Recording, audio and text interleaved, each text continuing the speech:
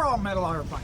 Yep, it's one of the Tecnam line of all-metal airplanes. The P2008 has a lot of composite on it, but the tradition in Tecnam has been all-metal, and indeed that's what this construction here is. And this is the P2002 Sierra. It's their low-wing entry in the LSA sweepstakes. Now this is again another side-by-side seating airplane? Yep, this is side-by-side. That's all what Tecnam has. They're all side-by-side. But one of the nice things I like about this airplane, Dave, I'm kind of a high wing guy, but this is a low wing I really like, and here's the main reason why. It has to do with this sliding canopy here. It moves back and forth very easily, but it also can be opened in flight. And for us old ultralight guys, or anybody that enjoys an open cockpit airplane, well, here you have kind of the best of both worlds. Fully close her up and be nice and comfortable if you're up at altitude and cruising along at speed. But if you're just out for a nice joyride on a pretty day like today, pull that canopy back. You can have it all the way back. You can do that in flight.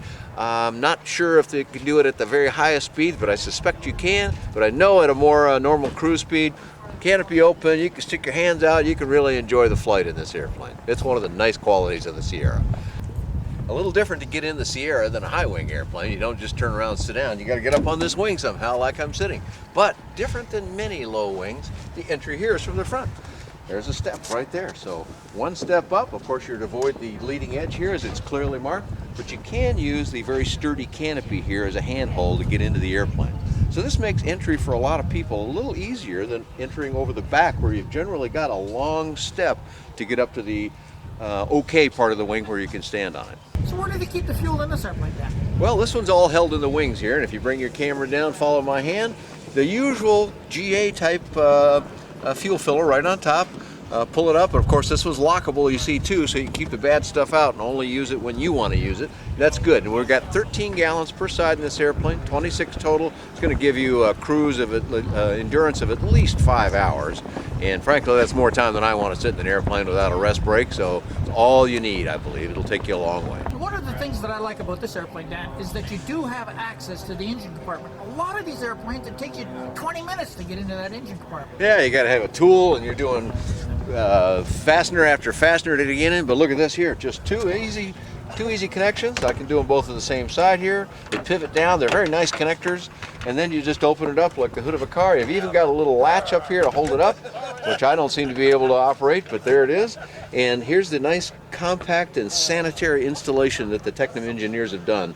I've seen the work of this company over a number of years, and boy, they have got some crack engineering, and it shows in the installation of that engine.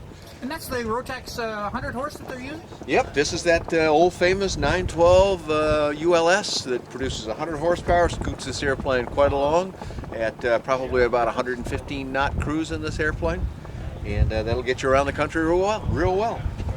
Now again, this has almost got a car-like feel to it when you look at it, Dan. Well, it's really nicely finished inside, and they use some of these vacuum form panels. The beauty of it is it finishes off the airplane very well, but it's very light. Instead of having heavy components in there that affect the weight of the airplane just to make it look nice, they get both nice looks and low weight at the same time. And here we got a really well-equipped panel. We got a pretty full complement of analog gauges, which appeals to those folks that aren't used to electronic, but you got electronic as well. So sort of the best of both worlds in this particular Sierra that we're looking at here today. It looks like the control systems is similar to all of their airplanes. Yeah, well, you know, that would be a logical way. Here they've gone from a high wing to a low wing, so it's clearly a whole different design. But you use the component parts that you found work well, and so indeed the dual joystick arrangement, and you've got a center throttle, but you've also over here on the pilot PIC side, you've got a left-hand throttle, which I really like in an airplane. There's a time when you want to just keep your hand on the joystick and not have to swap hands just so you can adjust the power setting. So this allows you to do that very easily. And again, it looks like the seats are adjustable. Yep, seats adjust the same way with that little sliding knob to the side here, just like the Bravo that we looked at earlier. Seats go back and forth over a pretty good range in here. And other features you've got is your flap, electric flap right here, throttle, your friction lock. Down here in the center console, you've got your fuel controls and you've got your parking brake lock. And then if you can take your camera and move it toward the aft here, we once again have quite a bit of space behind the seats here. You can carry some luggage with you, and a little hat rack behind that where they literally have some hats. So it's a nice little airplane, and for the low wing enthusiast, here's a really good choice from Tecnam of Italy. And again, you've got great visibility on this airplane. It's, you know, one of the things about a sliding canopy and a whole glass top like this is you got great upward visibility on a pretty day. You're just going to really enjoy it. But then I get back to that bit about wanting to just open the canopy and have it wide open ahead of me, and you can do that. So if we want to get more information on that, where do we go?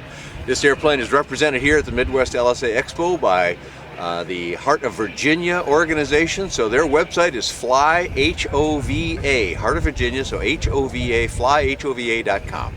Now, do you have a flight report on this as well, Dan? I do. I have gotten to fly several of the Tecnams, and the P2002 Sierra is one of them. So you can find that on my website, which is bydanjohnson.com or bydanjohnson.com.